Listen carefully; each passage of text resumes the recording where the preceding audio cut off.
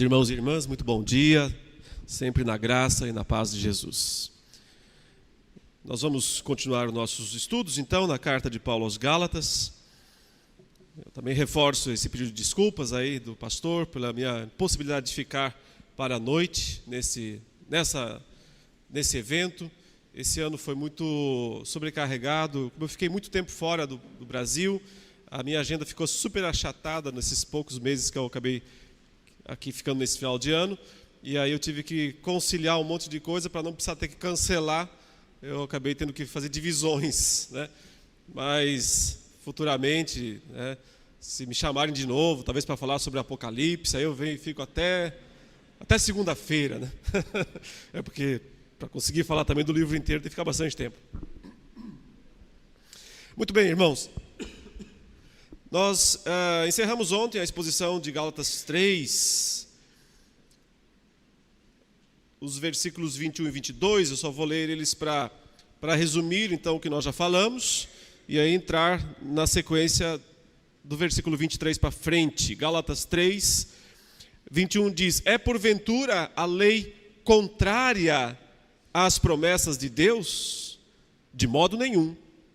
Porque se fosse promulgada uma lei que pudesse dar vida, a justiça, na verdade, seria procedente de lei. Mas a Escritura encerrou tudo sob o pecado, para que, mediante a fé em Jesus Cristo, fosse a promessa concedida aos que creem. Então, desse modo, Paulo concluiu o raciocínio até aqui, a argumentação bíblica. Ele foi resgatar Abraão como um estudo de caso, para mostrar que o pai da nação hebraica foi justificado pela fé e não pelas obras. E com isso, então, ele quer deixar claro, dar a entender aos judeus que eles não podem falar que eles são salvos por obedecer, seja a lei como um todo, que é impossível, seja a lei como alguns aspectos, que ele chama de obras da lei, o que é inútil.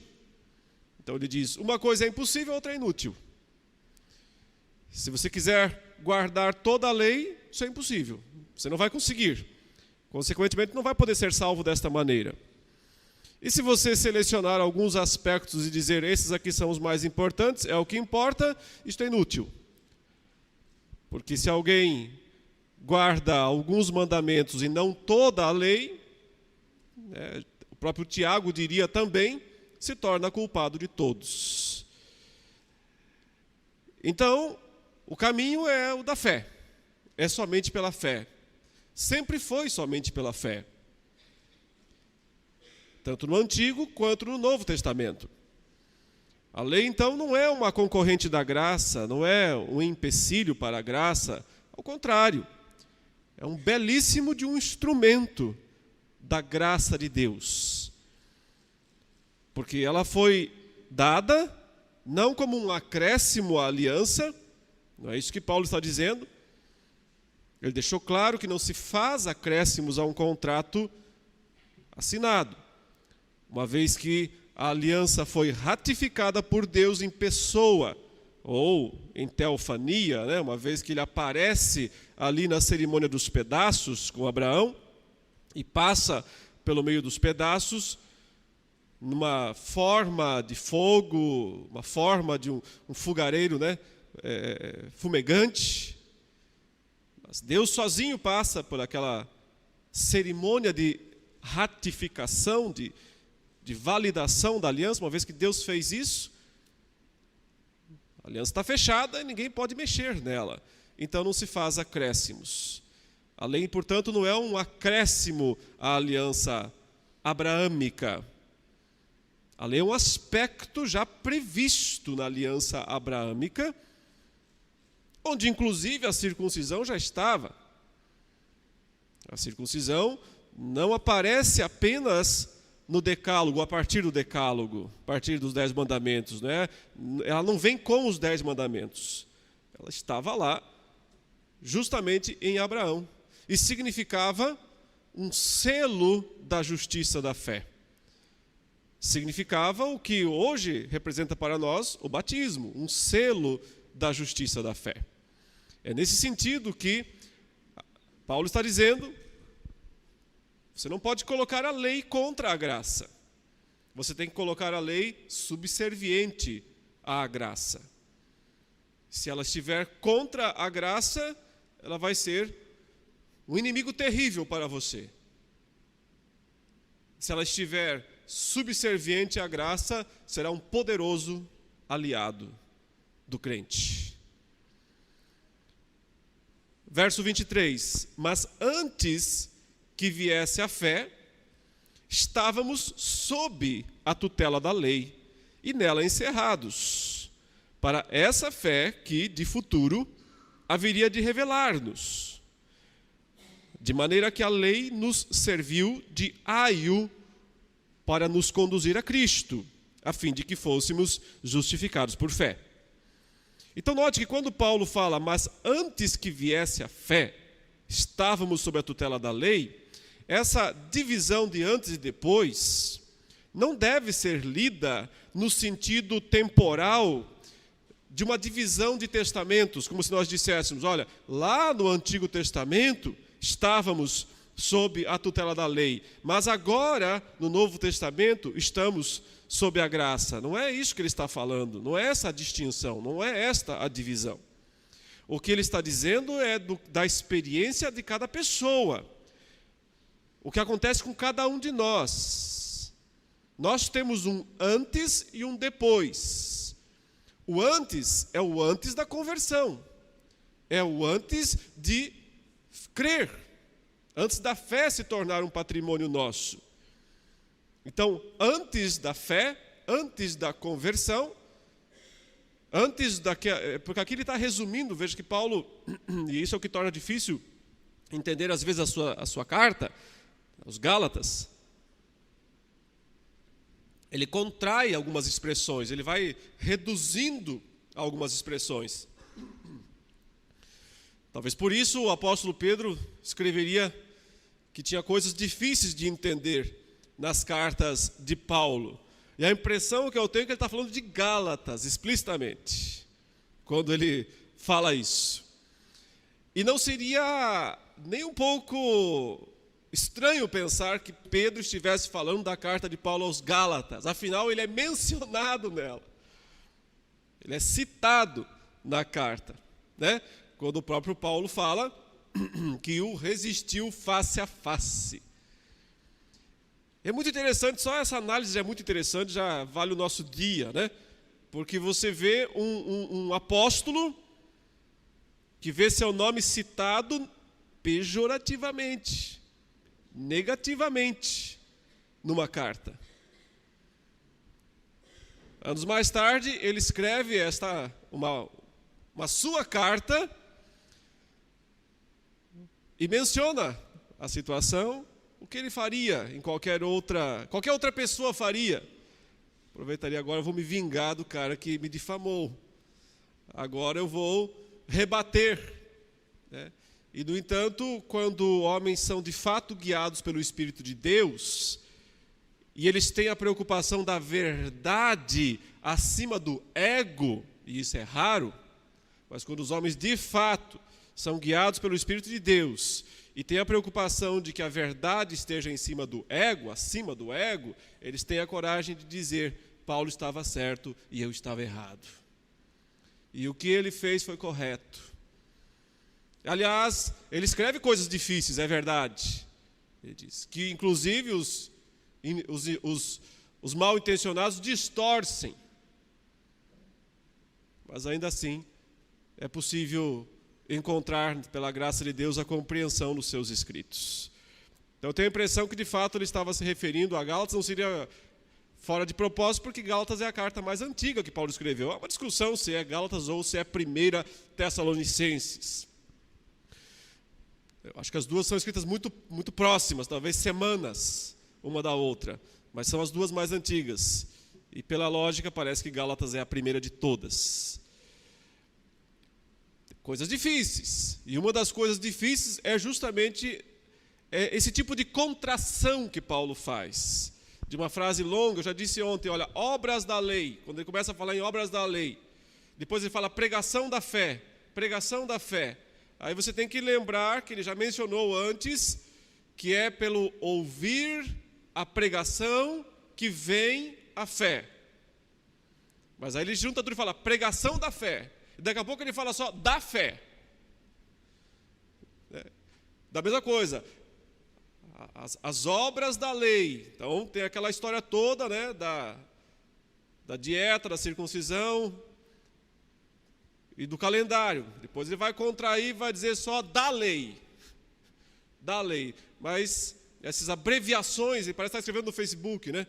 Parece estar escrevendo no WhatsApp, né? Que você faz aquelas abreviações para não perder muito tempo digitando. Parece que ele está fazendo isso nas suas cartas. Mas nós não podemos levar as abreviações, considerá-las literalmente. Nós temos que lembrar que elas estão reduzindo grandes conteúdos de ensinamentos.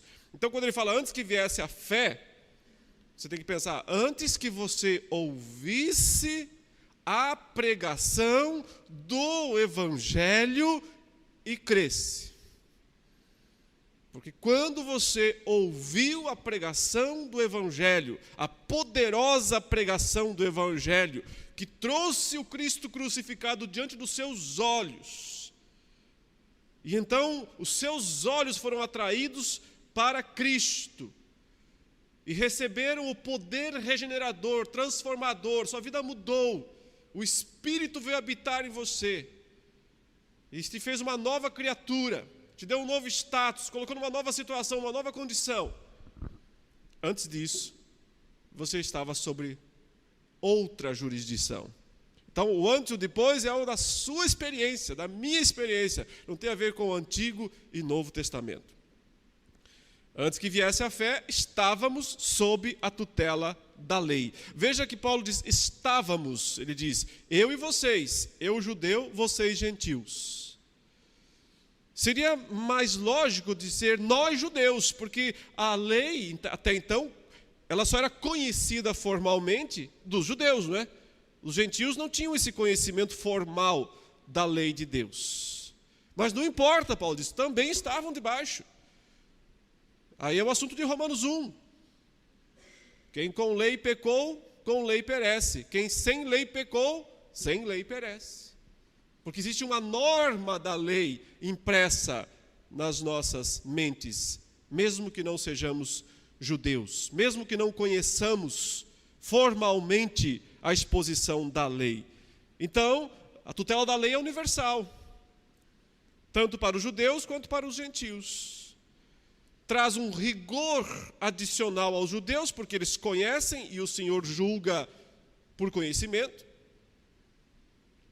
Mas ao mesmo tempo, Paulo vai dizer agora no restante do texto, os gentios também estavam numa situação complicada, porque eles tinham ainda mais um senhorio sobre eles, dos principados, das potestades, os ídolos, representados aí pelos ídolos greco-romanos.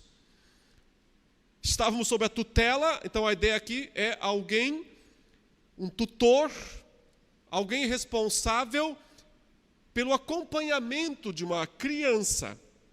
A figura é de uma criança que precisa crescer, mas até que ela alcance a maioridade ou a maturidade, ela precisa estar debaixo deste tutor. E esse tutor, então, foi a lei, Paulo diz. Nela encerrados, você pode traduzir isso como sendo nela encarcerados. Ou seja, aprisionados. Uma prisão, portanto, que tem um aspecto, então, negativo, justamente porque a lei é a força do pecado. Porque a lei diz o que é errado, nós cometemos, nós nos tornamos culpados perante essa lei. Esse aspecto negativo da lei existe, mas essa carcereira aqui, que ela é a carcereira, também é positiva.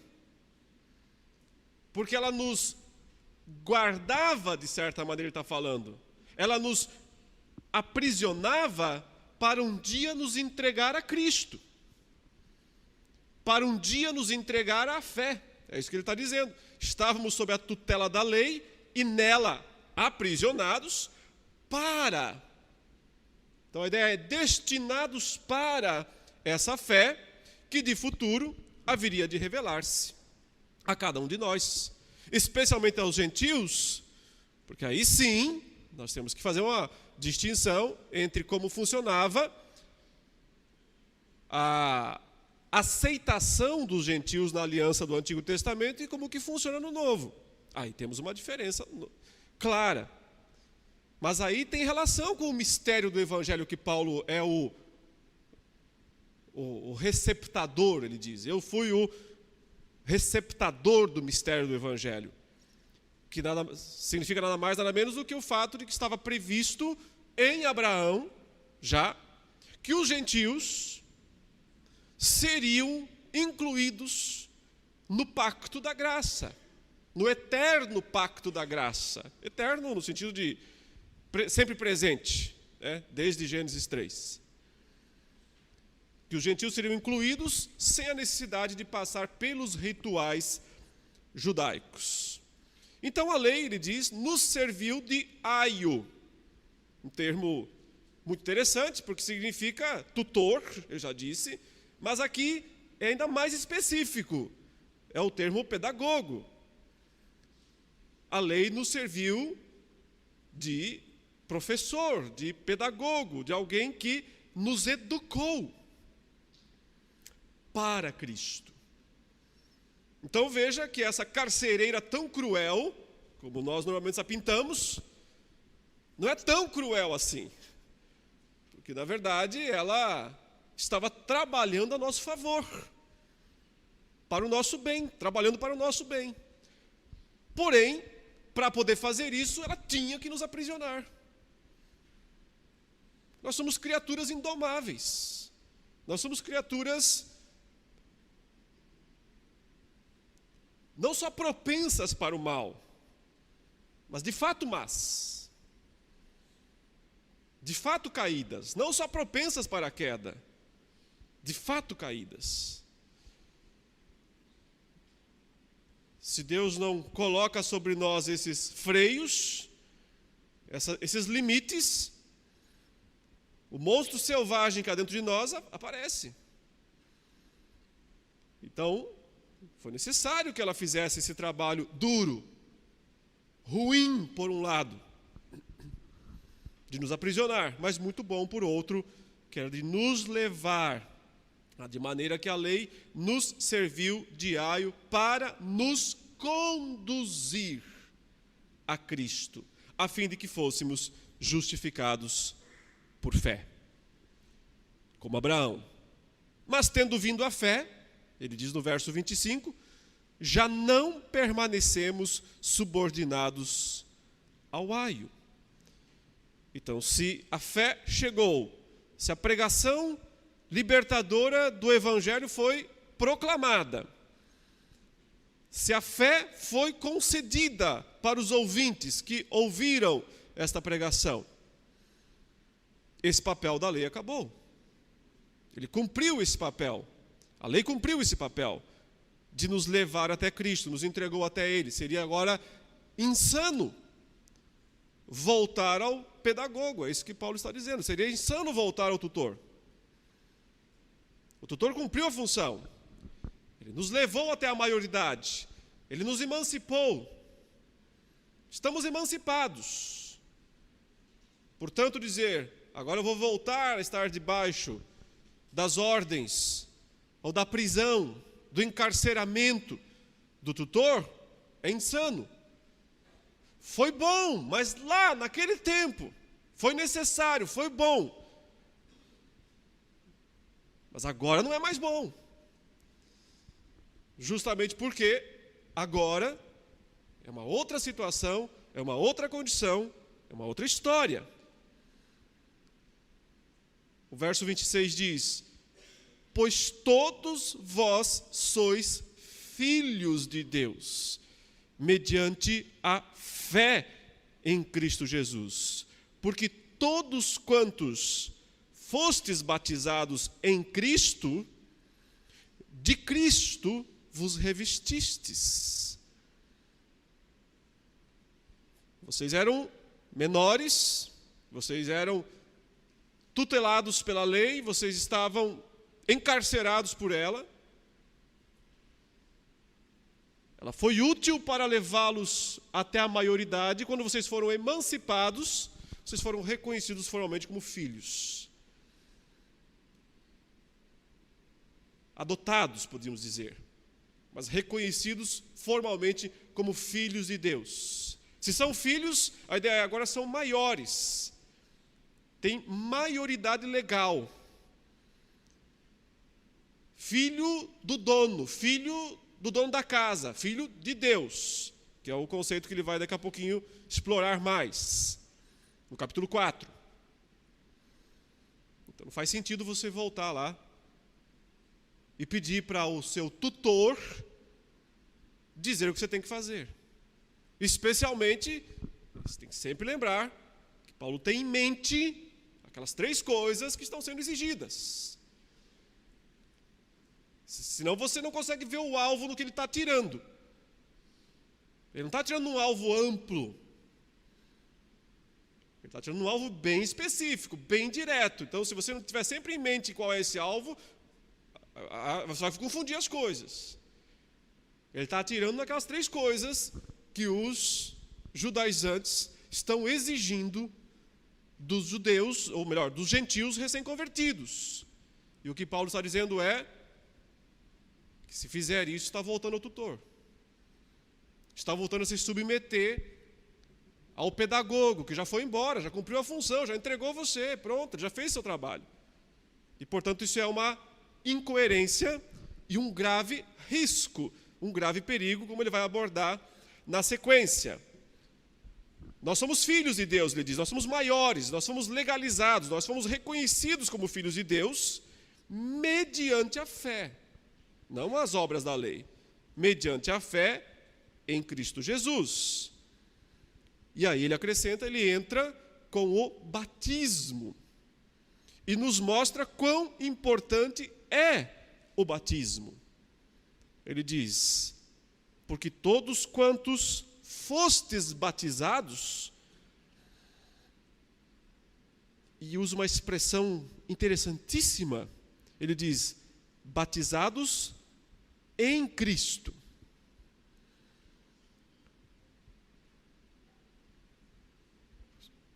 Mas a preposição que ele usa uma preposição no grego. Literalmente significa para Cristo. Mas fica estranho traduzir, né? Todos que fossem batizados para Cristo. Por isso que a tradução coloca em, mas não é no sentido de... É no sentido de para dentro de Cristo. Porque é o sentido de ser incluído em Cristo. De ser identificado com Cristo. Aquilo que Paulo diz que aconteceu com ele. Deus revelou Cristo em mim. Agora não sou eu quem vive, Cristo é quem vive em mim. Enxertado em Cristo, colocado em Cristo. Na velha aliança, esse era o papel da circuncisão. A circuncisão fazia exatamente isto. Quando alguém era circuncidado, estava incluído na aliança. Vamos dizer assim que a circuncisão era você pegar o contrato que Deus já assinou, já reconheceu firma, já fez tudo o que era necessário, não você. Agora você pega e assina também. É a sua assinatura. Ela não está... Com essa assinatura você não está colocando cláusula ou tirando cláusula, só está dizendo esse contrato vale para mim. A circuncisão era essa marca. Ela caiu fora, ela não existe mais. Mas nós ainda continuamos tendo um ato de adentrar, um ato de ser incluído em. E justamente esta cerimônia é o batismo. O batismo é esse momento, ele diz, como algo espiritual, não como um ritual puro e simples. Como algo espiritual que ele representa de fato. se nós fomos batizados para Cristo, em Cristo, ele diz, de Cristo vos revestistes. O que a circuncisão fazia? A circuncisão, simbolicamente, ela cortava algo, um pedaço do corpo. A circuncisão é uma cerimônia de purificação, ela simboliza a purificação no sentido de tirar a impureza, cortar fora. E nesse sentido ela era provisória e incompleta. O batismo, ele faz algo tremendamente maior, superior. Ele diz, ele nos completa. Porque Cristo nos reveste. Nós passamos a ser revestidos de Cristo. Ou seja, em vez de perder pele, nós recebemos uma pele completa. Cristo nos reveste por completo através do batismo. Por isso o batismo cumpre uma função muito mais elevada na aliança da graça. E também este é o motivo pelo qual não há necessidade de circuncisão. Se você já tem uma cerimônia muito mais aperfeiçoada, por que você vai praticar a cerimônia incompleta, imperfeita? De Sartre, ele diz, verso 28, não pode haver judeu nem grego, nem escravo nem liberto, nem homem nem mulher. Veja, porque mulheres não eram circuncidadas. Uma cerimônia específica para o homem. É claro que as mulheres eram afetadas diretamente pela circuncisão, porque elas ou casavam-se com um homem circuncidado ou eram filhas de pais circuncidados. Então, a bênção ia para elas indiretamente. Mas agora é direto, Paulo está dizendo. Acabou toda a barreira, acabou toda a separação entre os povos. Não tem mais essa questão de judeu e gentil. É um só corpo, é um só povo. Manter a divisão no Novo Testamento entre judeu e gentil é tentar reconstruir um muro que Cristo derrubou com um esforço tremendo. O esforço do seu próprio sangue. O esforço da sua própria cruz. Há um risco grave de anular a cruz de Cristo, quando se insiste numa separação radical. Observe que ele diz, não pode mais haver judeu nem grego. A prática da circuncisão, do calendário da dieta judaica, mantinha a separação. Por isso que deu o problema lá quando Pedro chegou. Quando Pedro chegou, quando os judaizantes chegaram e viram Pedro comendo com os gentios. E aquilo produziu uma reação de afastamento. É esse afastamento que Paulo está combatendo tão ferozmente na sua carta. Porque ele entende que a união foi estabelecida entre judeu e gentil, num só corpo, o corpo de Cristo. E que voltar à prática da circuncisão, da dieta ou do calendário é separar. Não pode haver isso. Não tem mais escravo nem liberto. Quer dizer, também as questões sociais importam pouco na nova aliança. Não há acepção de pessoas, neste sentido. E nem homem, e nem mulher. Agora observe que ele está falando aqui de questões soteriológicas, questões salvíficas. Ele não está discutindo ideologia de gênero, pelo amor de Deus. Não tem nada a ver com isto. Fala, não tem nem homem, nem mulher. O que ele está dizendo apenas é, Deus salva os dois exatamente da mesma maneira. Homens e mulheres têm acesso exatamente à mesma graça e recebem a mesma marca, a marca do batismo. E nem sequer ele está tratando de distinção de funções. Esse texto não vale para justificar uma igualdade de funções. É um uso errôneo da passagem. Não está falando sobre isso. Se você quer ver sobre funções, tem que ir para outros textos da palavra de Deus. Aqui a questão pura e simples é: a marca é para todos.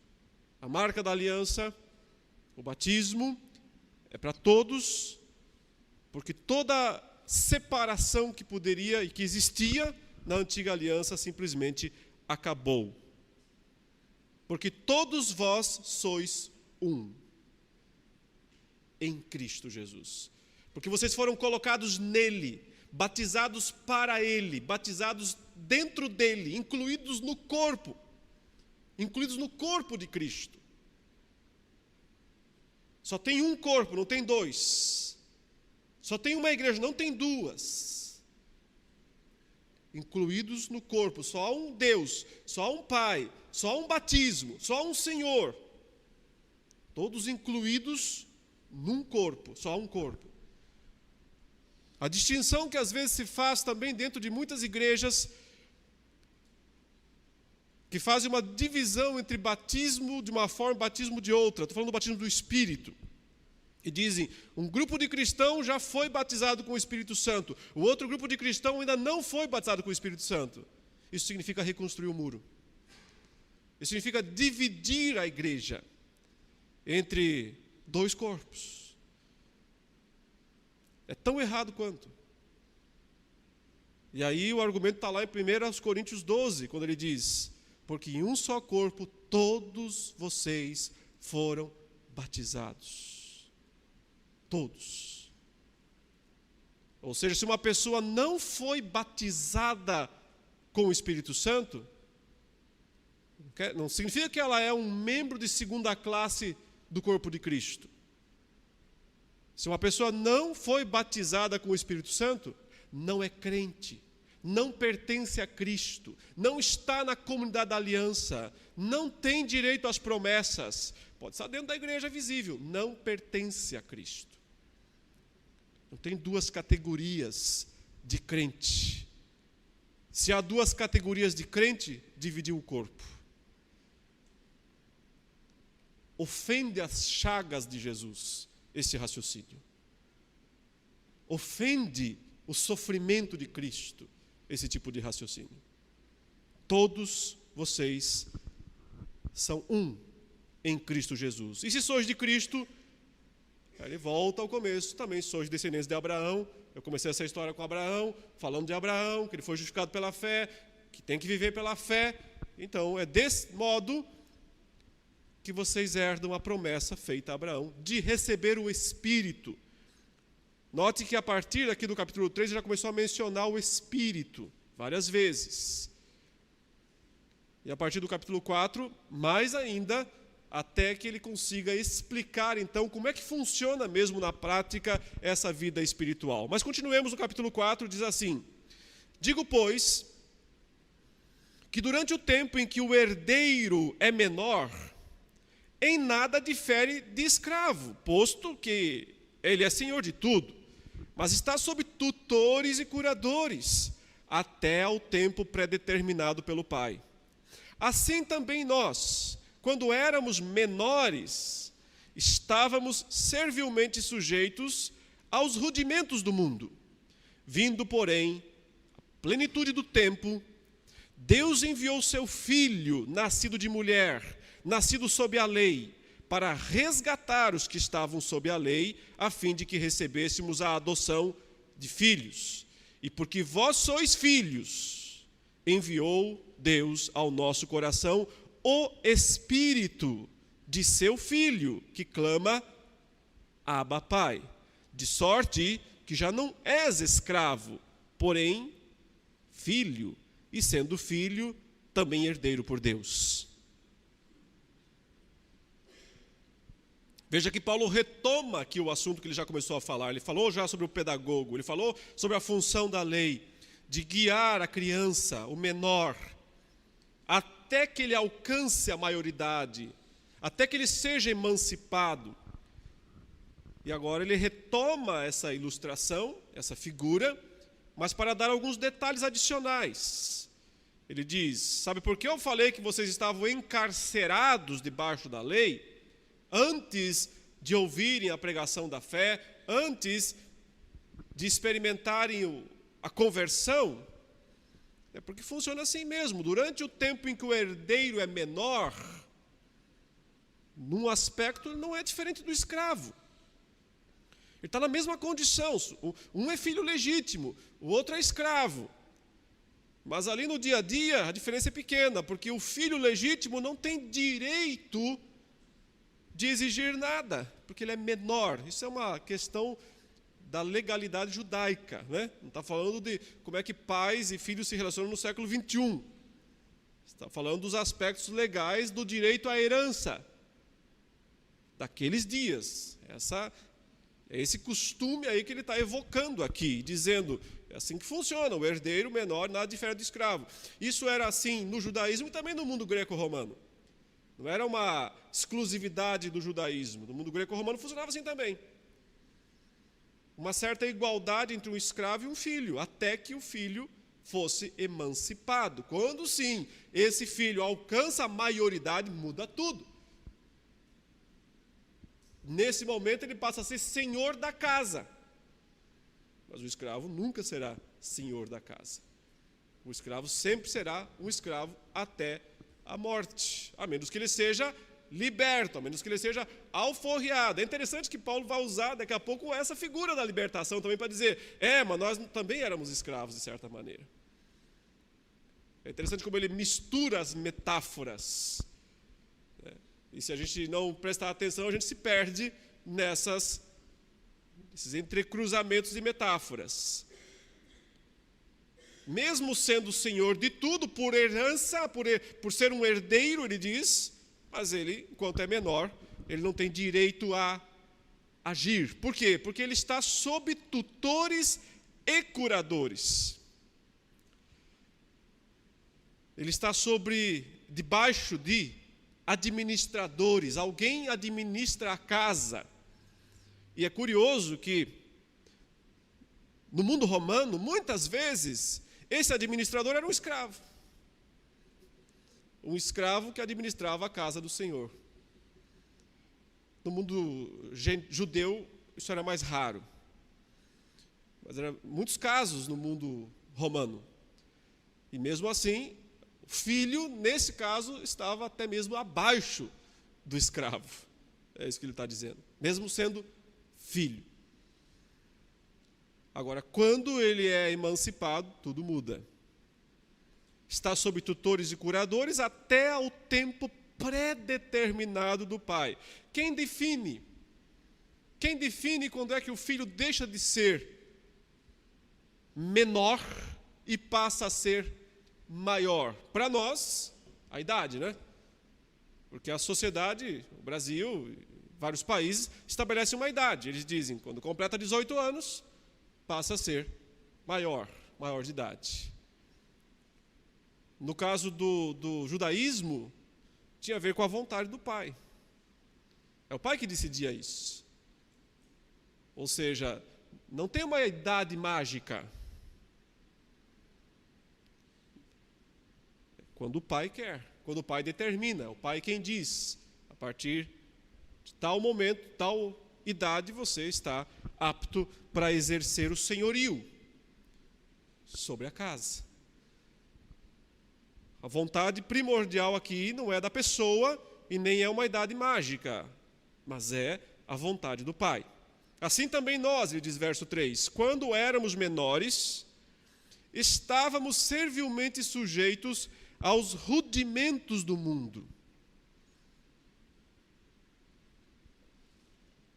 Observe que ele já disse que nós estávamos encarcerados pela lei e que ela foi nossa pedagoga, ela foi nossa tutora, mas agora ele acrescenta novos tutores. Ele diz, os rudimentos do mundo também foram seus senhores. Talvez, essa palavra rudimentos é muito difícil de ser interpretada. Eu até defendo que ela nem devia ser traduzida. Existem algumas palavras gregas que nós devíamos, nas traduções, manter as palavras gregas e deixar o povo se virar. Corre atrás, vai descobrir o que significa isso. Por exemplo, quando nós temos João 1, fala assim, no princípio era o Logos. Não devia traduzir isso. Não devia colocar verbo, não devia colocar palavra, porque toda tradução limita. Limita. Então, tinha que deixar o termo lá. E os pastores que se virem para explicar, né, para o povo o significado. Existem algumas expressões que não se deviam traduzir. E essa é uma delas. É o termo grego stoikeia, que era um termo amplamente conhecido no mundo grego. E que significava, era usado na filosofia, inclusive. Em muitos casos, na maior parte das vezes, era uma referência aos chamados espíritos elementais. Os espíritos dos elementos. Os gregos acreditavam que por trás de todas as coisas que existiam, tinham espíritos criadores, ou sustentadores, por isso rudimentos, fundamentos. Paulo usa esse termo aqui. Não me parece que ele está falando de rudimento no sentido puro e simples assim, olha, alguma coisa elementar. Porque ele não chama a lei disto. Se ele estivesse aplicando isso à lei, ele estaria rebaixando a lei. Paulo nunca faz isso. Ele sempre tem a lei em alta estima, em alta consideração. Porque ele entende o papel correto da lei. Então me parece que aqui essa expressão, esse termo, nada mais é do que uma referência, sim, aos demônios, aos principados e potestades.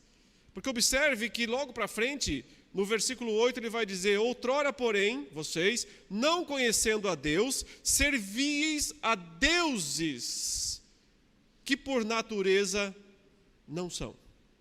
A deuses.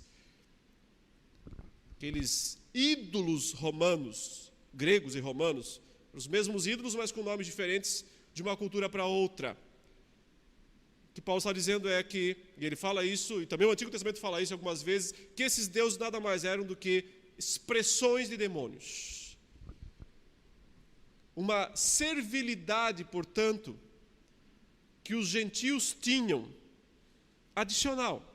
Além de serem servos da lei, encarcerados pela lei, eles também eram prisioneiros da idolatria. Prisioneiros da idolatria. Mas eles foram libertos das duas coisas. Libertos da tutela da lei, mesmo que enquanto apenas uma norma na consciência deles, mas eles foram libertos dessa tutela, e foram libertos de algo muito mais instrumental, de algo muito mais prático na vida deles, as estoiqueias, ou os ídolos, ou quem está por trás dos ídolos, os deuses, ou quem está por trás dos deuses, os demônios, os principados, as potestades. Vocês estavam servilmente sujeitos a eles. Vindo, porém, a plenitude do tempo, Deus enviou o seu Filho, nascido de mulher, nascido sob a lei, para resgatar os que estavam sob a lei, a fim de que recebêssemos a adoção de filhos. Note que Paulo aqui retoma um assunto amplamente desenvolvido na Escritura. Me atrevo a dizer que talvez seja o mais desenvolvido dos assuntos da Escritura, que tem tudo a ver com a aliança, tem tudo a ver com o pacto de Deus com o seu povo, que é a guerra das sementes, a guerra das descendências. Sobre isso eu trabalho naquele livro, A Grande Batalha Escatológica, se alguém quiser olhar melhor o assunto. Eu não tenho tempo aqui de falar muito sobre isso. Mas Paulo vai a esse ponto aqui. Ele já falou do descendente prometido, que era Isaac? Não, que era Jesus. Faz a ponte de Isaac para Jesus.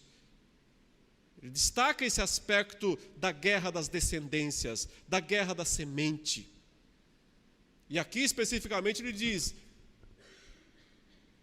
o que veio nos libertar, aquele que veio nos libertar, é ninguém mais, ninguém menos, do que o filho da mulher. Quem é essa mulher? Eva, quando Deus disse, o filho dela vai ferir a cabeça dos rudimentos desse mundo, vai ferir a cabeça de Satanás, vai humilhar, vai expor ao ridículo os principados e potestades. Ele só dá um vislumbre aqui disto.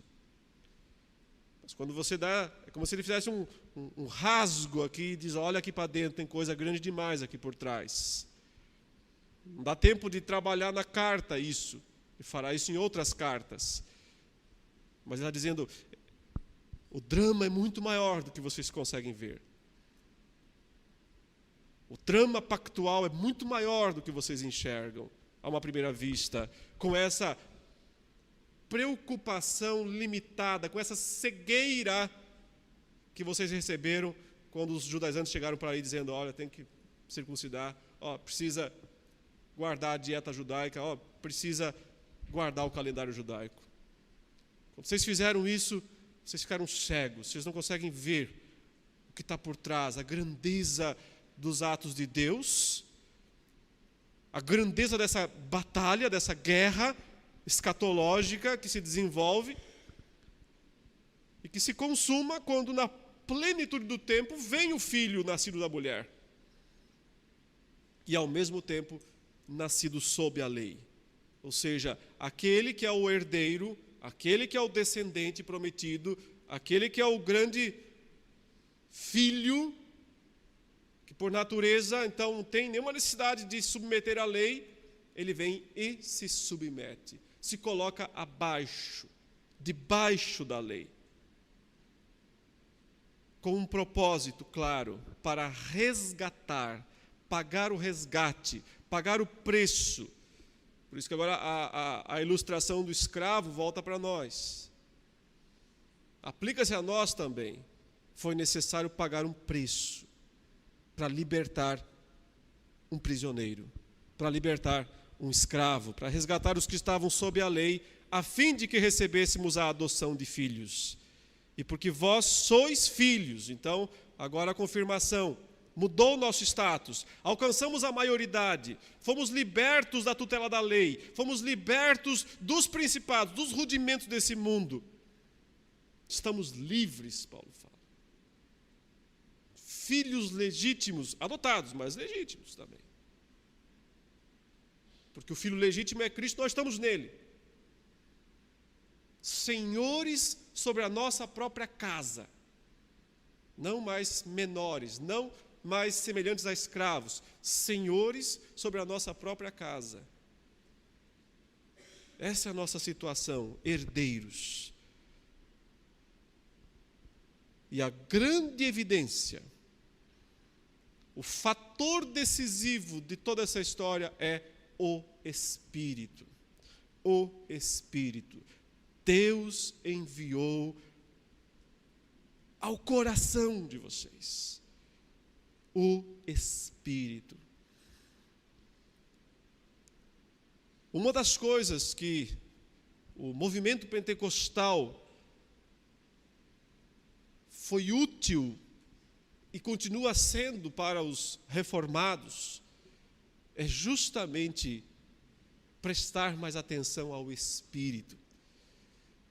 Se você pega, apesar de todas as distorções, mas se você pega os comentários mais antigos da carta aos Gálatas, de gente muito boa, de grandes scholars, de grandes eruditos bíblicos, você quase não vê menção à obra do Espírito nessas obras, nessas cartas. Quase não percebe. É impressionante como alguém consegue estudar Gálatas sem ver isso, sem perceber a importância, o papel, a função do Espírito Santo. É verdade que muitos hoje, por medo também dos exageros pentecostais, acaba também refreando, escondendo, abafando isso. Mas isso é injusto com a palavra de Deus. Isso é manejar de forma injusta a palavra de Deus. Quem estuda Gálatas não pode fechar o olho para a realidade do Espírito Santo na vida dos crentes, como grande evidência da maioridade legal deles, como grande evidência da sua independência dos principados e potestades e da própria tutela da lei. Significa que nós recebemos um novo tutor, que nós recebemos um novo curador, que não é algo instrumental meramente, mas que é o Deus vivo habitando em nós. Não é uma força impessoal, é o próprio Deus, é o próprio Cristo. Veja que ele diz, o Espírito, olha a trindade inteirinha aqui no versículo 6. E porque vós sois filhos, enviou Deus ao nosso coração o Espírito de seu Filho. Ele nos coloca nessa relação trinitária, plena.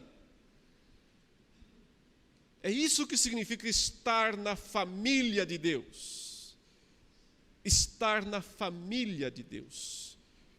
O Espírito de seu Filho que clama dentro de nós, no nosso coração ele clama, Abba, Pai. Portanto, é central para a compreensão da carta de Paulo aos Gálatas o papel, a importância do Espírito Santo. Esse nosso novo tutor, que vem, habita em nós, nos sela, nos coloca na família de Deus e nos leva a clamar, Abba, Pai. De sorte que já não és escravo, passou esse tempo. Acabou isso, porém filho. E sendo filho, também herdeiro de Deus. Então como é que vocês estão voltando? Esse é o raciocínio de Paulo. E agora vocês estão preocupados com comida? E agora tudo que importa para vocês é datas? Tudo que importa para vocês agora é circuncisão? Outrora, porém, não conhecendo a Deus, servis a deuses que por natureza não são. Vocês eram escravos da idolatria, vocês eram servos, ele diz aí, da idolatria. Mas agora que conheceis a Deus, ou antes, sendo conhecidos por Deus, como estáis voltando outra vez aos rudimentos fracos e pobres, aos quais de novo quereis ainda escravizar-vos? Note que ele diz, então por que estão querendo voltar àqueles que foram seus senhores e que agora, perto da grandeza de Cristo, eles são fracos e pobres? Porque foram despojados por Jesus. Porque eles foram humilhados por Cristo. É o que fala Colossenses 2,15, e despojando os principados e as potestades, publicamente os expôs ao desprezo, triunfando sobre eles na cruz. Eles são pobres, eles são fracos, eles são insignificantes. Só que se vocês voltam à obediência de coisas antigas, vocês estão voltando a eles, em última instância. Se submetendo outra vez a eles. Olha o desabafo de Paulo nos versos 10 e 11.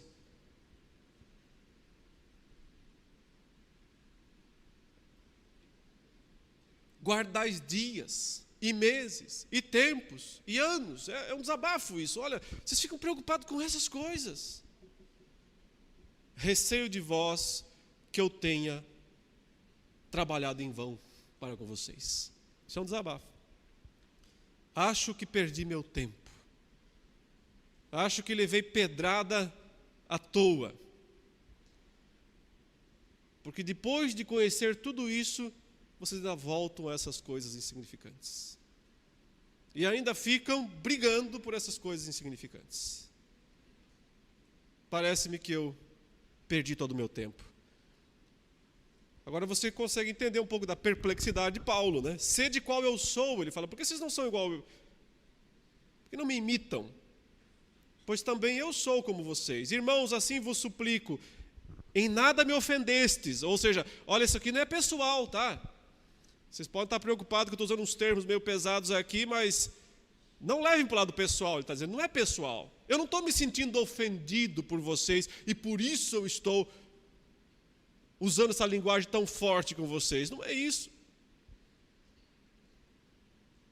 Isso é ser pequeno demais. Levar as coisas lá do pessoal é ser pequeno demais. É se apequenar demais. O que está em jogo é a pureza do Evangelho. O que importa é a pureza do Evangelho. E aí Paulo conta a experiência, ele diz, e vós sabeis que vos preguei o Evangelho a primeira vez, por causa de uma enfermidade física. Paulo revela aqui, bem de passagem, né? Não nos dá detalhes, mas aparentemente o que ele está dizendo é que não era exatamente o plano dele ir para aquela região, mas por causa de uma enfermidade física, ele não teve opção e teve que parar nas cidades e começou então a pregar o Evangelho para eles. E essa enfermidade aparentemente é dos olhos, alguma coisa na visão. E posto que a minha enfermidade na carne vos foi uma tentação, por que vos foi uma tentação? Porque eles podiam pensar, ué, mas ele não faz um monte de milagres, mas ele mesmo está enfermo. Isso poderia ser uma tentação, é para muitas pessoas.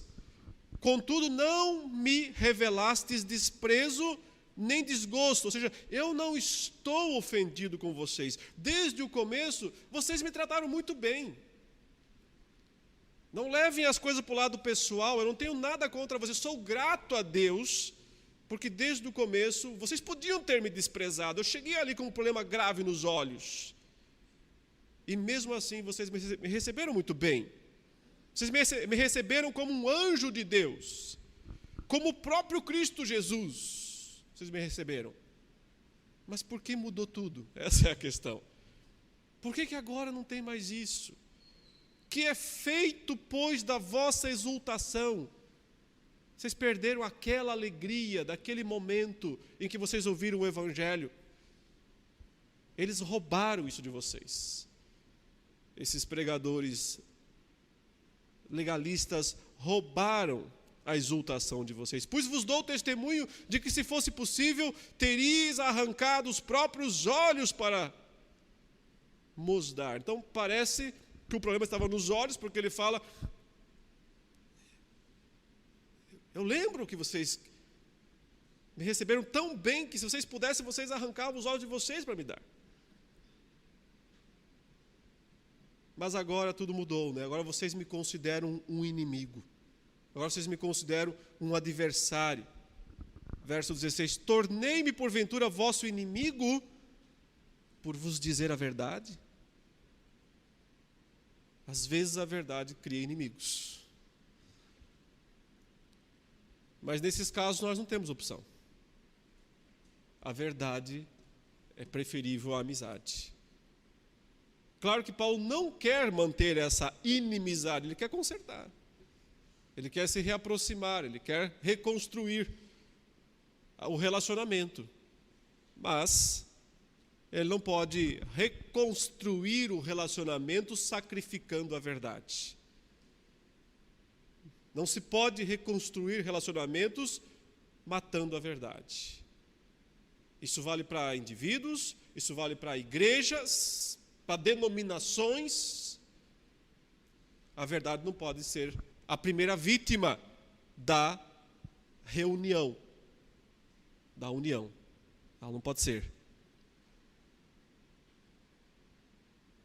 Os que vos obsequiam não o fazem sinceramente, mas querem afastar-vos de mim. Quer dizer, aqueles que estão fazendo esses questionamentos para vocês aí, mas cadê a circuncisão? Mas cadê a dieta judaica? Mas cadê o calendário judaico?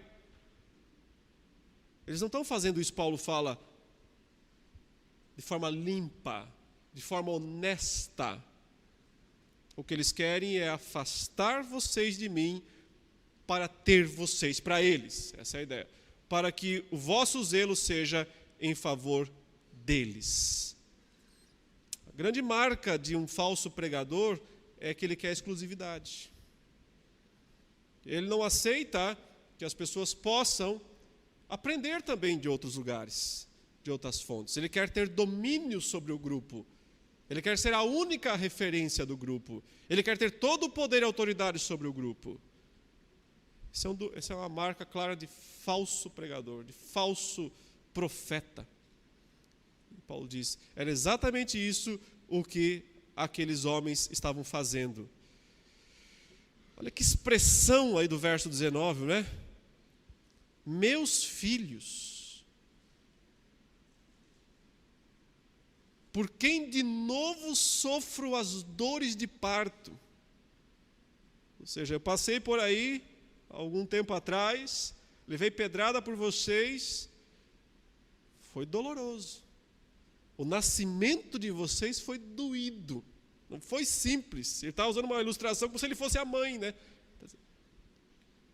Para vocês nascerem, eu sofri todas as dores de parto. Isso é o que o evangelista faz. O evangelista, quando vai evangelizar alguém, começa a sofrer dor de parto. Até que a pessoa nasce. Ele diz, só que no meu caso, é pela segunda vez. Eu já sofri essas dores lá atrás. E agora eu tenho que sofrer novamente essas dores por vocês. Ou seja, Paulo está dizendo, essa carta está sendo muito dolorosa de ser escrita. Está doendo muito escrever essas coisas. Eu estou sofrendo outra vez as dores de parto. Mas é interessante que ele inverte a metáfora. Paulo faz essas coisas assim, né? É uma loucura o modo como ele inverte as metáforas.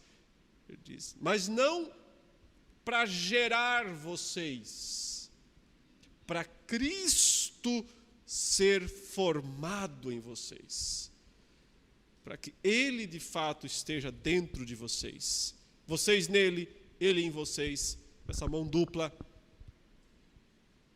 essa metáfora do novo nascimento que vale das duas maneiras, Ele ser formado em vocês. Verso 20, eu gostaria de estar presente agora convosco e falar-vos em outro tom de voz. Ou seja, eu sei que quando vocês vão ler essa carta, vocês não vão ouvir o meu tom de voz. Então, vocês vão considerá-la muito pesada. Vocês vão receber isso como um golpe.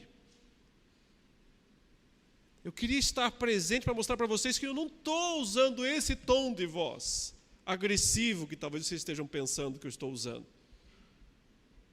Mas eu estou perplexo a vosso respeito. Isso é um fato. Eu não posso negar o quanto eu estou assustado, perplexo.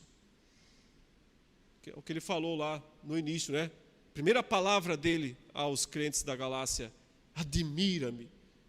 Como vocês mudaram depressa. Como vocês saíram do chamador de vocês para outro evangelho. Eu estou mesmo perplexo a vosso respeito.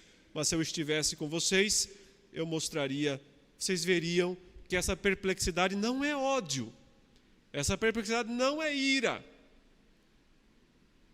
É amor. Amor de mãe. Amor de mãe que se dispõe a sofrer de novo as dores de parto para que vocês possam, de fato, ser de Cristo. Irmãos, depois do intervalo nós continuaremos abordando essa parte final da carta.